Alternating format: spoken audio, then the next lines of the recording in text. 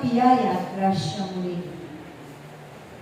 Kaya handog ang Diyos sa bawat isa sa inyo. Isang pagpapalang araw na kanyang itinakda sa kanyang muling pagkabuhay. Na ito'y napakahalaga araw at nararapat ninyong pangalagaan at unawain kung papaano naganap ang lahat sa buhay ko aking mahal. Ako ito ang inyong Panginoong Jesucristo na kailanman hindi ko kayo pababayaan. Hindi ko kayo iiwan magpakailanman. Kaya't sa pagtakda ng Diyos sa bawat buhay ninyo, ito'y pasalamatan ninyo at pangalagahan ng tao.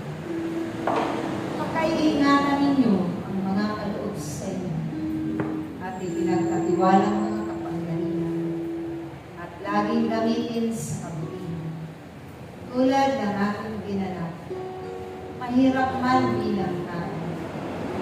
Subalit, ito'y magiging magaan lamang dahil kami kasama niyo. Pagkaganin ng Diyos ang lahat ng inyong pasaya sa inyong mga buhay. Maging sa araw-araw ninyong mga pangangailangan. Ito'y lagi niyang tutugunin. Sa bawat pagkatok ninyo, kayong lahat ay pagbubuksan. Sa bawat paghingi ninyo, kayo ay kanyang pagbibigyan. At sa bawat bagay na ipinapanalangin nyo sa inyong mga kapwa, ito'y kanyang tutulungan. Hindi kayo mabibigo kapag kayo'y nasa piling ng Diyos. Sa pamamagitan ng kanyang pamamahala, walang kapahamakan lang kung kayo'y mananatili sa kanyang mga pagano at pananaliligan ng bawat isa at pananampalataya.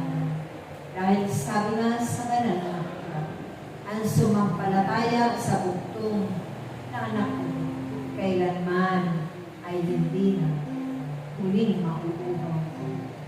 Hindi kayo maiigo sa mga pangangailangan ng inyong mga mahal sa buhay.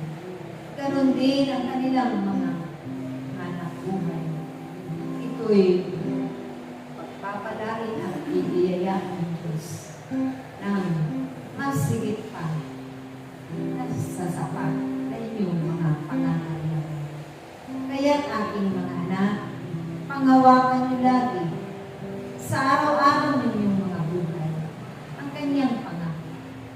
Dahil kailanman ang pangako ng Diyos hindi napapagod. Wala na kayong ibang hahanapin pa. Pinuhos na ng Diyos sa tawag ko ang lahat ng biyaya. Ipinagkatiwala na sa inyo ang mga kapangyarihan at kaloob na taglay-taglay ng bawat isa sa inyo. Kaya't pagsumikapan nawa ninyo, maganap ang inyong mga tungkulin. May kalapit na kagalaan at pag-ibig na walang pangamba, walang takot, walang pag-aalingan. Kaya't ating mga anak, pagtiwalaan ninyo ng Diyos, magpakailanman.